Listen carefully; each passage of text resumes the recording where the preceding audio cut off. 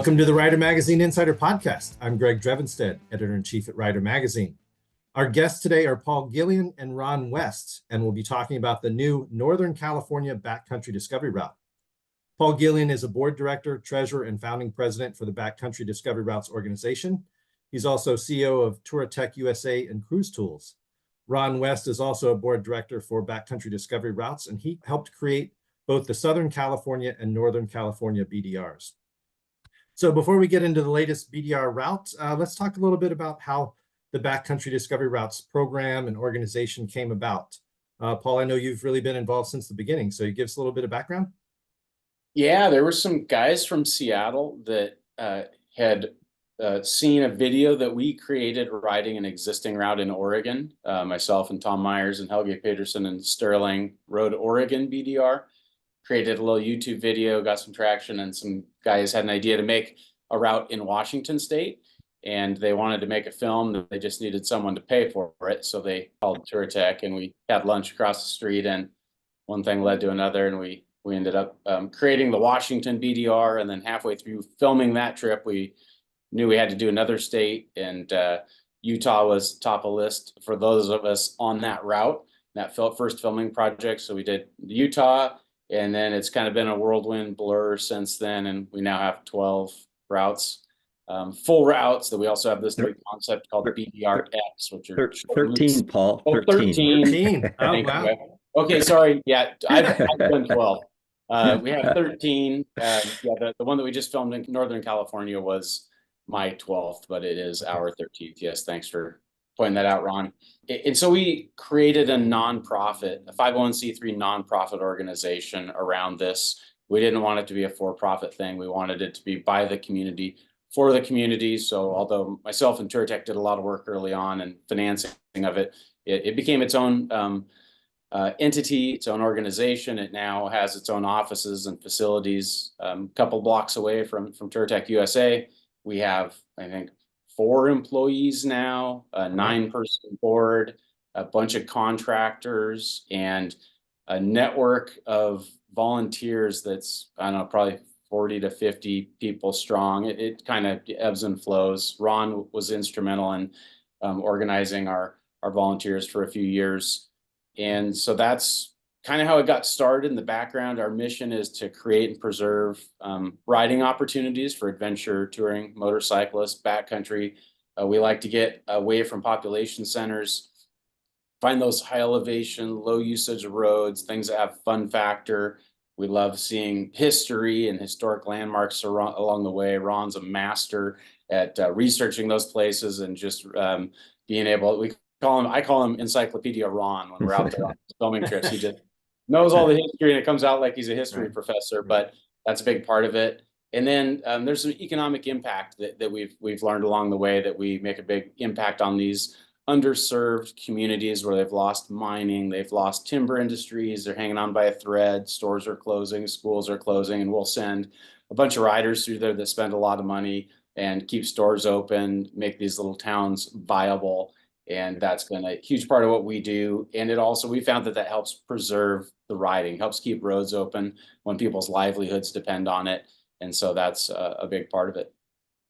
Well, I happened to do the, I guess, the original Oregon Backcountry Discovery Route back in 2013. Yeah. So I know you guys have done a reformulation of that route, and it's in a totally different area. But, you know, the one that I had done, it started in, basically the California-Oregon border on kind of the eastern side of Oregon. And it went through some of the most remote areas of Oregon, in that side of the state. I remember, you go through small towns, there'd be one little gas pump, maybe a couple ATVs parked there, little cafe for lunch or something like that. So for people that need to sort of visualize this, these are, your full routes are basically kind of, they go typically the north-south length of the state from kind of border to border. So your Washington route goes from the Oregon border all the way up to the Canadian border. Is that correct? Yes. Yeah. And so, and when you've got several states that kind of stack up, like you've got Arizona and then Utah and Idaho, do they typically connect? I mean, you could ostensibly ride almost border to border in some of these states. We don't design them to connect. We design them to be the best possible route in an existing state. Some of them line up fairly close, others don't. We usually provide connectors that are kind of the Okay. funnest way to get from the beginning of one to the end of the other. Early on, that was a philosophical decision we had to make. Do we make them all link up? And we decided, Yeah. nope, let's just make the best possible route we can, border to border. So that's what we've done. And about how long does it take to ride a typical, you know, for example, California is a long state. So I know you've got a Southern California, Northern California route, but about how long does it typically take to do a full route, not one of the shorter BDRX routes? Yeah, we designed them to take about a week in general, because that's a reasonable time for someone to take off vacation and, you know, be away from work or the family. So we wanted to make them achievable, doable, and so we try and keep them to that length. Some of them are a little longer, some are a little shorter, but in general, they're about a week long. Yeah, and they generally go across the state, like you said. On the East Coast, the states are smaller, and the mountain ranges kind of clips corners of states, and so there it's more regional. So we have, you know, the Mid-Atlantic BDR, the Northeast BDR. We're working on one on the Southeast, and then yeah, California, as you mentioned, kind of a big state. So we broke that one into two pieces, and Ron was instrumental in both of those. Well, I mean, if anybody who is involved in the adventure riding dual sort communities is probably aware of Backcountry Discovery Routes, but if you're not, the website Ride BDR is just a wealth of information. I mean, you guys have very detailed information about each of these routes. You can download GPS tracks. You've got information about, you know, and the routes, correct me if I'm wrong, anything I say here, but you know, there's places where you have information about where there can be gas stops or hotels or however people are going to basically plan their trip, that you can do camping along the way. That's what we did when I did the Oregon route. Again, that was prior to the one that you guys developed, but you know, we camped some nights, but then sometimes we'd get in late afternoon, we just happen to roll into a town. We're like, well, why pitch a tent when they've got a motel right here? Let's just, you know, get a comfortable room and a shower. So you get a real mix of experiences in riding these BDR routes. Is that correct? Yeah, well, I'm glad you did Oregon. Yeah, that was my first experience doing this kind of recreation, this kind of riding. Yeah, we camped exclusively on that one. And it's interesting, a lot of the little places where we filled up our gas are no longer there back in 09. So that, you know, that's part of what we kept hearing about, oh, this store closed and that store closed in the years after we filmed it. And that's where we became so focused on the economic impact to make sure those little stores stay open, because they are the jump off points for us. And they really are part of what preserves access. You know, you've got limited fuel range on adventure bikes, so you really need these gas stations, and it's hard to keep them open in some of these small places. I know the Washington route, there's a store in Arden Voir where you can get gas, and every time we go in there, the store owner hugs us and just thanks us. He said, we would not be open if it wasn't for the BDR, the Washington BDR, because they had a campground that closed nearby, and they're on a dead end road. They were like really hosed. And then the BDR came along, and now it's still a viable business to this day. And that was, you know, 12 years ago. Well, just our previous episode of the podcast, my colleague Kevin Duke and I were talking about adventure bikes in general. You know, for the 2024 model year, we have a buyer's guide of all the new and updated motorcycles, and there are more than 70 new models or updated models for the 2024 model year.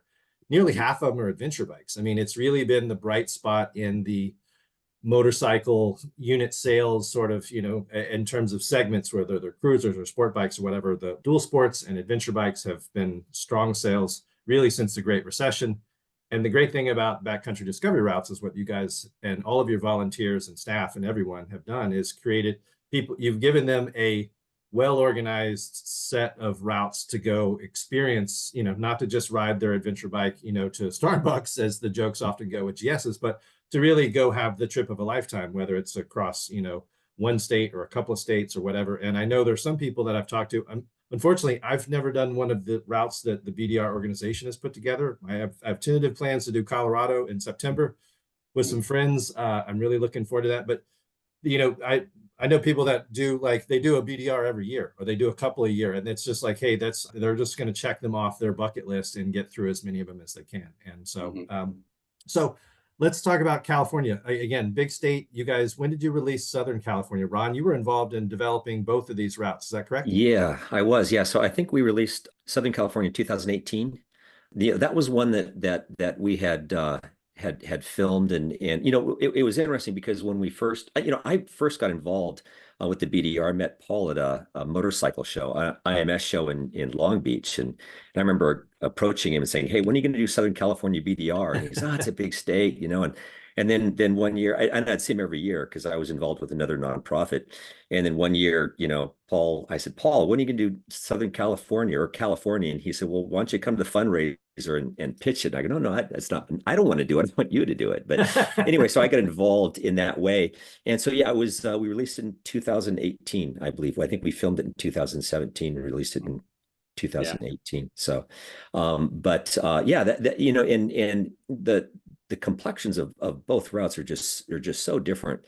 Southern California is definitely desert. It's probably one of our more difficult BDRs, primarily just because the number of sand and there's a lot of adventure riders that don't particularly care for sand. And Yes. we had routed Northern California, and then Bryce Stevens, who's taken over the route management. What do we call him now? A developer of route. He's the head of route development. Route development, yeah. And he said, Ron, he goes, no sand. And I was like, oh. So I actually, and it worked out. We ended up doing some reroutes, and we had enough time. We've been working on this route for about 5 years. And so we're able to reroute the route. And as we worked more on it, we realized we could accomplish two things. One is make the main route a bit easier. And then that allowed us to make the optional advanced sections harder. So the sand on this route are on the optional advanced section. So really, there's really no sand to speak of on the main route. On Northern California, yeah. Northern California. Super fun sand on some of the more advanced sections. I've never seen so many sand whoops that were totally GS-able. I was on the 1250 GS, and there was another guy from the riding school, and we were just like hitting these sand whoops. They went on forever. It was so much fun. It was really a good route. So the Northern California route, it's so again, you both have referred to filming these routes. So that's something that some people may not be aware of, is that you guys have developed, BDR has got a documentary film really for every one of the routes that you've developed. And I know these used to be in earlier days, were on DVD. Are most of them available now? I know you do some screenings of these films, and then at some point, are they available on YouTube or some other platform? Yep, they're all available on YouTube eventually. For the most current route, we do a film tour. So it's at dealerships and theaters through the US for, I think, 3 or 4 months. And then once the movie tour is over, then we just put it on YouTube for free. We used to sell DVDs. There used to be, we'd give away the DVDs to this like fundraising supporter program. And a few years ago, we actually purchased the rights to the older films from the filmmaker so that we could give them away for free to the community. Fantastic. So, and that's touching on that. The films are now free for the community. The GPS tracks, where anyone can go to the website, download the tracks, and follow the footsteps of any of the 13 BDRs and now a number of BDRXs. That is all for free. And so that was the bottom line of the BDR from day one. It's always been for free. All the planning resources, you can do it on any bike that is off-road capable. Is essentially a turnkey free vacation, and that's something that Ron and myself and the rest of the team are just incredibly proud of. It's one of there's not too many things that are truly free in this world, and BDR is a pretty special one. Well, I mean, I can just speak from personal experience, because when I did the original Oregon Backcountry Discovery Route that provided inspiration, I think it was called Route 5, that went from basically, California border to Walla Walla, Washington. We bought maps from the Oregon Off-Highway Vehicle Association. We put them in binders, and then I had a friend who spent 2 weeks using Garmin Basecamp, which is not the most user-friendly software, basically inputting everything into GPS tracks and building it from scratch, so that you've got that stuff already available. And it's not just Jimmy's GPS tracks. You guys have these are ones that you guys have developed to be widely used, so that they're tested. I also know on your website, if there's changes to routes, you guys keep them updated, so you keep the information as current as possible. And yeah, that is a huge resource to the motorcycling community. So thank you from all of us. Yeah, some of those, that original Oregon route is so old that I remember even in 2009 it was old, and we were following tracks and the road had changed, or there was fir trees that are 12 feet tall in the center of the road that we were in. It was like, you could tell it had not been updated, and so that was one of the problems with that route, and that's one of the things we set out to fix, was to make sure our tracks are current, good, and we change them whenever we need to, which is more often than we would like. There's constantly changes. We're losing roads. There's washouts. There's fires. There's land use easement issues. We're always on public lands, but sometimes there's a ranch that owns both sides of it, and they can throw up a gate, and there's not much you can really do about it. So we oftentimes are working with, pleading with, we're helping. We've paid for some gravel on some roads. We do whatever we can to kind of smooth things over to keep those riding areas open. But that's a big part of what we do behind the scenes. Well, so Southern California, I've ridden through probably a lot of the areas where that route goes through, a lot of the Mojave Desert stuff. So I understand the sand situation, and I understand the love-hate relationship, or mostly hate relationship, a lot of people have with sand. But so tell us a little bit more about Northern California. That's an area that I've not done much adventure or dual sport riding. Where does the Northern California route sort of begin? I guess it would be sort of middle of the state somewhere, but I know probably more on the eastern side, but if you think about top to bottom, where does it begin, and what sort of terrain and scenery can people look forward to? Yeah, the goal was try to start the Northern California route as close as we could to the end of the Southern California route. So the Southern California route ends in Benton Hot Springs, and we begin the route in Mammoth Lakes, which is about 50 miles, almost due west of Benton Hot Springs. And I actually originally kind of thought about starting it right in Benton Hot Springs, and we scouted a route between the two. But it was a few summers ago, I went through there actually to fix an issue on the Nevada BDR. I left Mammoth. It was a beautiful, low 60s in the morning.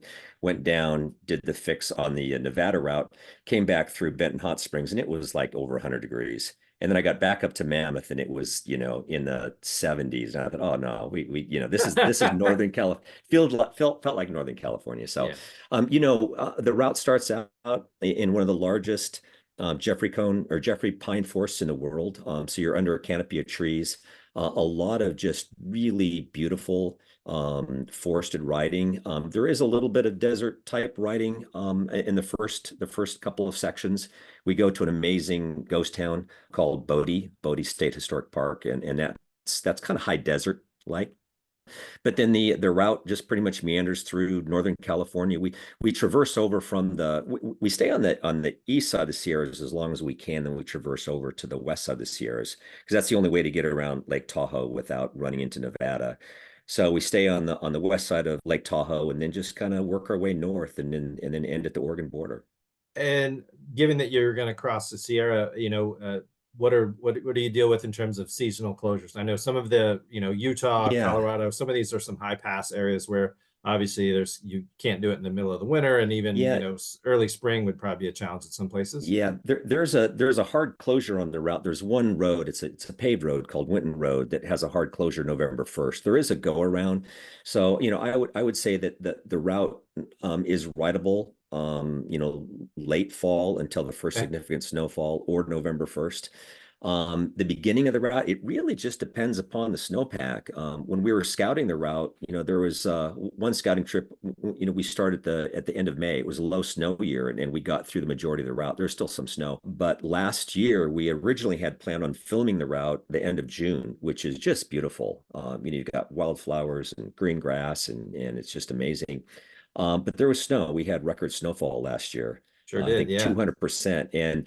And so we actually ended up having to pushed the filming from June. Then we tried July, and in the middle of July, a couple of our ambassadors, Nathan Fant and his wife Chris, who's in the film, and they tried to do a couple of the high passes in middle of July. It was still couldn't get through. So we ended up filming the route the end of September. Okay. Yeah. Well, I live in Southern California, and we've been enjoying a lot of the record rain. We have also got almost 200% of our normal rain this year, which is great. It's filling up our reservoirs. But the snowpack in the Sierra, which is a significant source of water for the state, means that, there's people that were skiing at Mammoth Lakes, into June, and maybe, I don't know if they got into July 4th, but August last year. Yeah. August, I skied in August last year. Yeah. I was up to scout, and I took a couple runs. Yeah. So, but I would say in a typical snow year, end of June, Okay. Yeah. is probably pretty common. You know, you might hit some snow in a couple of the higher elevations, couple of passes, but typically end of June is a good Wait, time. you mentioned the Bodie ghost town. Are there other particular features of this route, whether it's a particular pass or particular stop or location? You mentioned Lake Tahoe. Maybe you don't get too close to it. I know there's a lot of big houses and a lot of things around Lake Tahoe, so it's a beautiful place to see. I don't know what the adventure riding's like, you know, closer to the lake, but kind of route around it. Yeah, we skirt around it. You know, unfortunately there's quite a bit of the only way around it. There's the Desolation Wilderness, and then we run into actually Forest Service owned land, but that is leased to some timber companies. So there's really kind of only one way around. It's paved, but then there's some broken pavement. So we skirt Lake Tahoe. And yeah, there's just a lot to see, you know, on this route. You know, we go to a place that it's called the Chinese tunnels. It was some tunnels that were built to complete the Transcontinental Railroad. And then we go to Donner State Memorial Park, talk a little bit about the Donner Party. And then there's a Plumas, a Eureka State Park that we didn't actually, it's along the route. We didn't include it in the film, but so there's a lot to see. Wow, great. So you mentioned Paul, you mentioned the film series. Is that still ongoing? Do you know, I assume you guys will have information on, again, it's ridebdr.com is the website. Any filming locations, or not filming locations, screening locations. I assume there's probably a calendar on the website or something like that. Probably sign up for a newsletter. Yeah, they're still doing them. I think we're getting near the end of it, but I'm just on the website right now. Let's see. Yeah, there's still March. Let's see if there's any April. Yep, there's still a bunch of them in April. Yeah, if you go to the website, click on news, and then events, and you will see every single film premiere that's currently scheduled. And there are still tons of them. You know, Florida, Virginia, Arizona, Los Angeles still has another one, Ohio, Texas. So they go, it looks like all the way into May. And we even have some posted in June and July. So, but it will become viewable on YouTube, I think, sometime in May. But yeah, it looks like the movie tour keeps going throughout the year. I think last year we had around 80 different stops on the film tour, and I think this year will be more. Every year it grows. And those typically, there's, you know, you buy tickets like any other movie, and sometimes they're in theaters, sometimes they're in motorcycle dealerships or clubhouses for riding groups and things like that.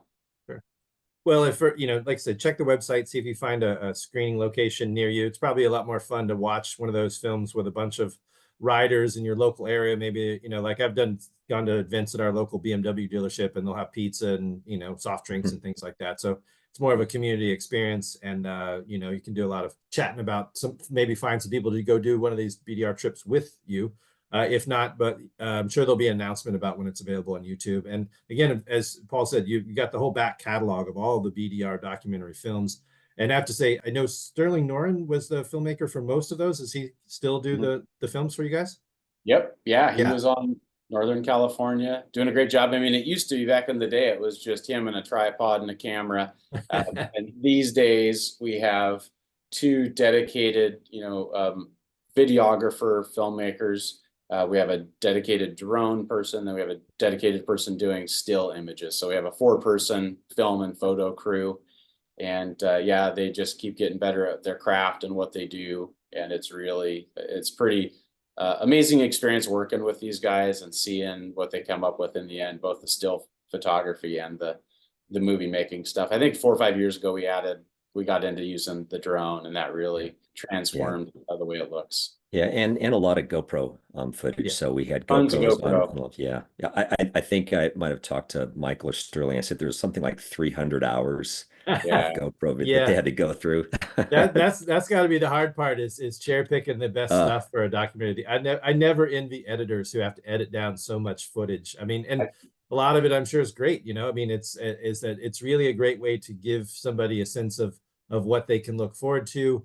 Really get inspired. I mean, if that doesn't make you want to get out on a motorcycle and just get away from it all and go see, you know. And I realize that, you know, for the Backcountry Discovery Routes, you guys, a lot of your routes, you know, the majority of your routes are in Western states, and that's mainly because there's such a high proportion of public land, you know, available as BLM land, National Forest land, and so forth. So as Paul, you were talking about in, the mid-Atlantic and Northeast, the states are a lot smaller. They're a lot more densely populated. There's a lot less public land that you guys can route through. So it's a lot more challenging, but it's a really fantastic way to, like I said, Colorado's been on my list for a long time because some of the passes and the Rockies and so forth. I'd like to do Utah because I've ridden through parts of different areas, Moab and the LaSalle Mountains and some of those things, but to do a full route, I really look forward to it. So yeah, you mentioned also, in addition to documentary films, you still have Butler maps available for purchase where somebody can get, basically still a paper map, but it's a waterproof, durable map that, you can really spread it out and kind of get a sense of the whole route and on your kitchen table. Yeah, they're super cool. We call it a planning map. It's not really designed for navigating, but the cool thing is the elevation profile in the background where you can just see every mountain you go over, every river you cross. It shows you where the gas is. It's a good way to get the lay of the land. So we've kind of designed the routes from gas station to gas station because that's generally a section. Sometimes the section is a day, but you need gas. Your bike needs gas. You need water and food, and you get those things in the same places. So that's how the routes are designed. And the map is a great way to just get your buddies excited about it. You can lay it on the table, show them exactly where it goes. There's zoom ins on sections where you can see some detail where you need to. And there's heads up and planning information in that. And it's always been done in partnership with Butler Maps since the very, very beginning. They actually came on board as a sponsor. They're friends of mine, and they thought it was really cool what we were doing. And it was actually an afterthought to make a map of the BDR routes. They were into the pavement maps. That was what they did. And that was not our first idea to collaborate on a map. It was for them to give us a little bit of money to help fund the project. But they went on to, Court and Justin, who were the founders of that. They wrote in many of our films, were a big part of it. And these days, the BDR team does a lot of the map production, and we actually print them now. And there's still a partnership with Butler, but they used to do a lot of it. And over time that's shifted. The workload has shifted to the BDR. And so the BDR now produces the maps and sells the maps and on merchandise and things like that. So they do thousands and thousands of shipments per year of, mugs, glasses, maps, stickers, all the BDR swag. Well, yeah, you mentioned early on that this is a nonprofit organization, 501c3. So people can support the organization, and that's actually how you guys, as an organization exist. I know you get some support from some of the motorcycle manufacturers, some from the aftermarket, but really it's the riders themselves making donations. Do you have fundraising programs in particular, funding levels or anything like that? You mentioned something about swag. How do you get some stickers and shit like that? Yeah, just in the last year and a half, we started selling merchandise on BDR, ridebdr.com. Prior to that, Touratech kind of sold the stuff, mainly as just a courtesy for the BDR. So there's that. There is an annual supporter program where people can donate some money at different levels, and they get a basket of swag and discount cards and things from the industry companies that support it. We have a holiday auction, which is always pretty fun. We do a sweepstakes every year where we build up the ultimate BDR dream bike. And then people can sort of enter online for a chance to win that. That's a big fundraiser. And then we have a fundraiser ride, which is coming up in May. It's in Tonopah, Nevada. And that's something where we usually get 80, 90 people show up. And that's kind of our round table. If you want to get involved with the BDR or you have an idea, show up to that. That's how kind of Ron got pulled in. To our vortex by showing up at one of those. We talk about what we've done. We talk about the future. We get ideas from people. There's industry supporters. There's newbies that are there. It's this cool cross section of people. And we usually do a little raise the paddle who wants to throw some money in towards the end. And we have some people that throw in a significant sum at the end of those. And we have some people that just do the minimum. And there's some people don't give anything at all, but they just come to that fundraiser every year to be involved. So Ron, did I miss anything else? No, I think that's about it. Yeah. I also I was going to say, I was just that a lot of our different the different productions that we do on YouTube, there's always an opportunity there to donate and get a t-shirt or something. Our film festival, and a few others. Well, and the good thing about the motorcycling community is a lot of them support charitable organizations, whether they're motorcycling related or not, but that you guys, are doing so much for the community. That's good that you're getting the community support. And I certainly encourage anybody that's interested in this kind of travel that what you guys will get out of any sort of contribution you'll make if you participate in any of the BDRs or the resource you'll get will more than pay for any donation for sure. So you mentioned earlier, I just want to touch on this because, for some people, I know you've got the main BDR routes that are designed to be done in about a week. But let's say like the one, in Utah starts in Arizona and you end in Idaho. So you've got to figure out your logistics of getting your bike to the starting point and then from the starting point back. And some people ride, some people trailer and so forth. Your BDRX routes, however, are loops. Is that correct? Are they all loops? They basically, you can you've got a recommended starting point and perhaps direction, but you could essentially, it's 2 to 3 days. Is that, about right? Yeah. And then, Yeah, so I think there may be a little bit more. Go ahead. Oh, it's a baby BDR, so it's an easier, it's more approachable in all senses. It's usually fewer days. It's not necessarily easier terrain, but you start and finish in the same point. So you can most of them you can do in a weekend or a long weekend, and logistics are easy. Less of a commitment. You're usually not out as deep. So I don't know, Ron, what else anything else on the BDRXs to make them unique? No, just shorter routes that loop. But you're right. It is a way that way. And the nice thing about the loops is the BDRX is that you can kind of pick them up anywhere along the loop. So let's say if you live on the east side of one, you can start on the east side, then finish up that way. So just in our February issue, we had a few guys that had done the Black Hills BDRX. It was kind of tied into the Rally for Rangers event that they had there in the Black Hills area. And, obviously Black Hills, people think of Sturgis Rally and things like that. But, from the Revzilla ADV On Fest, whatever it is that they do, everybody that I've talked to that's been done adventure riding in Black Hills says it's absolutely fantastic. It's really beautiful. I know you've got one in North Central Pennsylvania, the Pennsylvania Wilds BDRX. I know that was part of that was included on the Honda Transalp press launch. Unfortunately, I didn't get to go to that one. That was somebody who lives in Pennsylvania. Again, looks beautiful. Looks like a great route. I mean, pavement or no pavement, that part of Pennsylvania is a beautiful state. So Well, the other thing too about those is there are certain states that just don't lend themselves to full length BDR, maybe because of the side of the state or the riding. So this is a chance for us to put BDRs in areas that are still have great riding, but just may not lend themselves to a full length BDR. It may be a good way for somebody to dip their toe in. Hey, don't have the time or logistics or whatever to get a full BDR under your belt just yet, and you want to figure out if this is the kind of travel you want to do. A loop route that you can do in a long weekend sounds like a great way to kind of get started. And then you'll learn a lot of lessons and then take that to the full route. Yeah, that's true. And like Ron said, we were geographically limited to the coast because pretty much where there are strings of public land that go border to border, it's in the mountains, and it's pretty much only in the mountains. And so we have, the Cascade Mountains and the Rocky Mountains, and we have the Appalachian Mountains on the east side. And so we've pretty much almost put a route everywhere that you can. And so now there's actually amazing riding opportunities in the heartland. You wouldn't have thought that Minnesota or Missouri or Texas has great adventure riding, but it does. You just can't go in a straight line up one mountain range, but you can do all kinds of loops. So it's crazy. I know in a recent board meeting, the topic came up of how many BDRXs we have currently in development, and it was more than a dozen. It was pretty staggering. I was like, what? That's way too much. Well, like I've heard, how are you going to do it all? I've heard, for example, the Ozarks. I mean, it's kind of known for its paved roads, sort of like the Appalachians, but I also hear the dual sporting and adventure bike riding in the Ozarks is fantastic. So, and that area is also fairly contained. I imagine that, I don't know if that's on your list, but I imagine something like that it lends itself to a BDRX as opposed to a full run. Yeah, we have stuff in the works there. And then there's also things outside of the U.S. borders that are getting closer now. Things in Canada or Mexico or other places further away.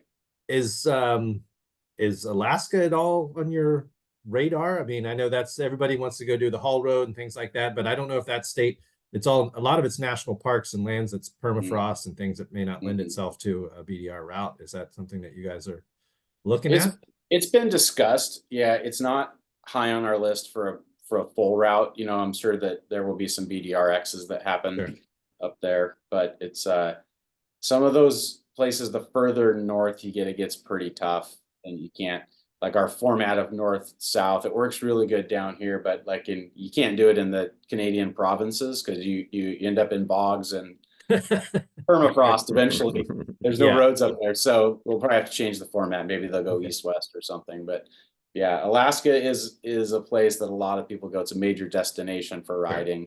Yeah. Well, I haven't been there yet, even though I live in Washington. I know. Yeah, it's on my list too. But yeah, I've heard that. What I've heard from people is the riding. It's a lot of high-speed, straight gravel roads. The mountains and the scenery is amazing, but it's not like super duper fun Right. riding. Whereas the BDRs, it's super duper fun riding. I mean, the route that Ron just put together with his team in Northern California, it was insanely fun. There was hardly any sections that were just long, straight gravel. I mean, almost nothing. It was just curvy, twisty, character climbs up to these fire lookouts where you could see 360-degree views. There was what, I don't know, 7, 8 of these fire lookouts we rode up, and some of them were just like really hard. And I mean, really hard to get a fully loaded adventure bike up. It was like some of the team didn't do it. Only a few of us chose to do it or got voluntold that we had to do it to make a film. But it was no joke. But just the fun factor was just off the charts. You just cannot, like, I came from smaller dirt bikes and stuff before I came to Touratech. And I remember reading in the magazines and seeing this, like, you know, KTM 950 and thinking, who the heck would ride that big of a dirt bike? That's the dumbest thing I've ever heard. That does not make any sense. And now, you know, for the last 15 years, my livelihood has been promoting those and selling parts for those. But it is so much fun. You can have just as much fun on an adventure bike on these BDRs and some of these roads that Ron has found in Northern California as you can on any dirt bike. Like, I love dirt biking. I've, you know, raced and done enduro and stuff, but you know, I'm out there on these filming trips. We have the good fortune of riding with guys like Quinn Cody and Johnny Campbell and KTM Mike. I can't remember his last name right now. 7-time AMA Enduro champion. And these guys are just out there on these big bikes with us, just having a ball. And these guys obviously have incredible off-road skills, but they're just fully having a blast riding these big bikes. And it's just so cool. It's so much fun, but it's just a lot of people that come from this smaller bike world, they just don't realize that how much fun can be had on adventure bikes. Sure. Yeah, this is a route that really can be enjoyed by a big bike. I mean, you can load the thing up and have as Paul mentioned, a really good time. And the pavement that we found is just amazing. I mean, some of the funnest pavement I think that's anywhere in the country. In fact, there's one where we go over. It's called Ebbets Pass, and it's when it's on Highway 4, and there's when you start going up towards the pass, it goes from 2 lanes to 1 lane. There's no center divider. It's 2 ways, so you have to be careful, but it's just twisty, turny, fun pavement. Absolutely. You know, and that's the thing about, you know, not just the BDR routes that you guys, and that's the thing is people can figure some things out, but you guys have put a lot of research and effort into sort of figuring out a route that's going to maximize scenery, enjoyment, and so forth. But, you know, one of the things that Paul had mentioned is that, you know, route access changes and so forth. But in addition to you guys developing these routes as a service to community and also the economic impact, and you guys have done a economic impact study that it's millions of dollars, you know, it's just, and you were talking about how it's affected, you know, particularly impacted small communities where a small amount of spending can make a big impact. But you guys, as an organization, are also advocating, I think you have your Ride Right program. Is that correct? You know, you're really trying to get people to ride safely, but also be good stewards of the land. If you're going to go ride in these areas, you also need to take care of them. You need to, you know, make sure you pack out what you pack in and that sort of thing. How does that become part of BDR, I mean, as your mission? So.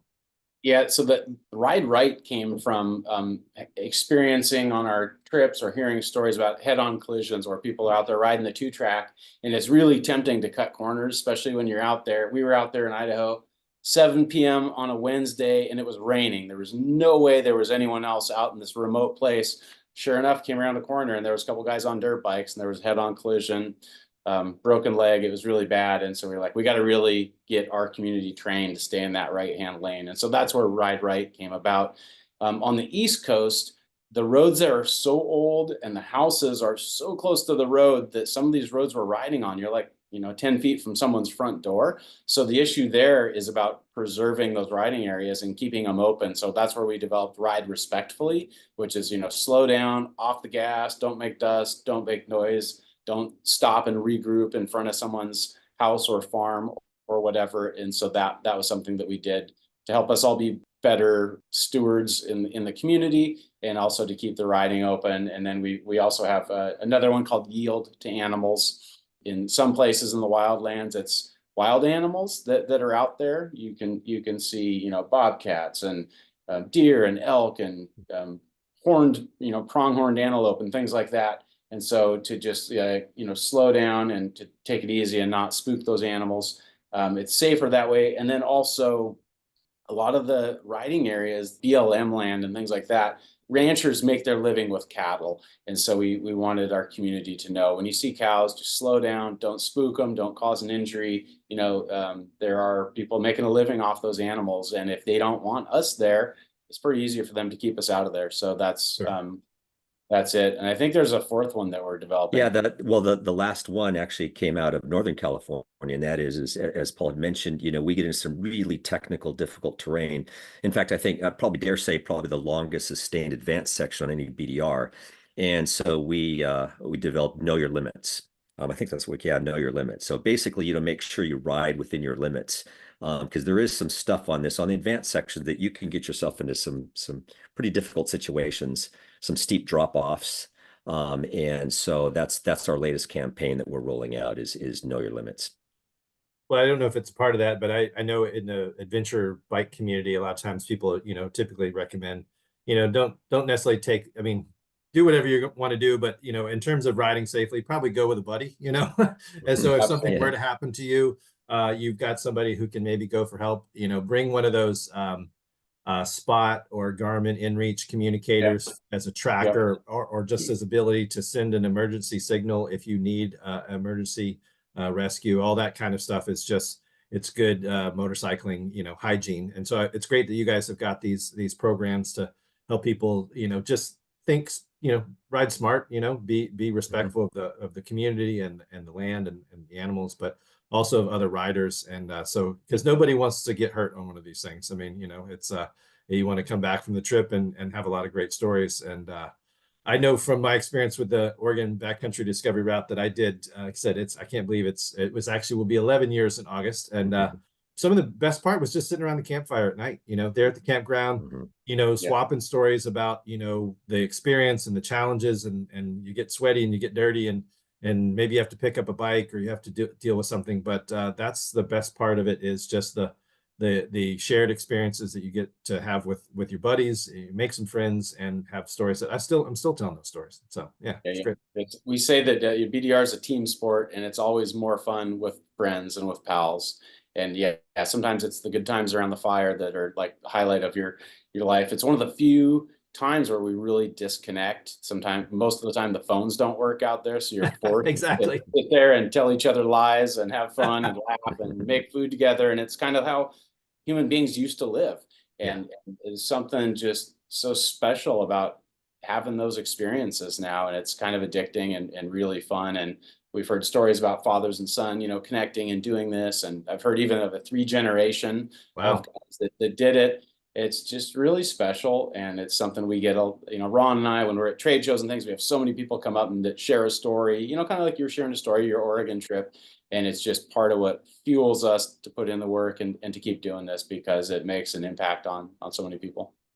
Well, I want to thank you both for your time, certainly your efforts putting these routes together. Paul, I know you've been involved with the organization from the beginning and really helping get it, developed. You guys are both on the board. I know there's also you said you've got a staff that's growing. You've got an army of volunteers, a lot of people that are behind the scenes that really make all this happen. But this is I've been a strong believer in BDR since the beginning. And like I said, I get so busy with the work I do and travel that I do that doesn't really allow me to take a week off and go do one of these BDRs. And that's been probably my biggest regret over the past decade or so, is that I get really jealous every time you guys release a new route. I watch a new documentary and I haven't been able to do a full route myself. But anybody listening, again, ridebdr.com is the website. Tons of information. Look up screening, see if there's a time and date location near you. where you can see the Northern California BDR documentary, and it will be available on YouTube soon. So go check that out. So again, Paul and Ron, appreciate your time. Thanks for being on the show. Yeah, thanks so much. Greg. Appreciate it. Awesome. For the Rider Magazine Insider Podcast, I'm Greg Drevinstead. Thanks for listening, and keep the rubber side down. If you've enjoyed listening to the Rider Magazine Insider Podcast, please subscribe, leave us a positive rating, and tell your friends. We also encourage you to visit ridermagazine.com, where you can get the latest in motorcycle news and reviews and sign up for our free weekly newsletter. You can also subscribe to print and digital editions of Rider Magazine, which is published 12 times a year. Thanks again for listening.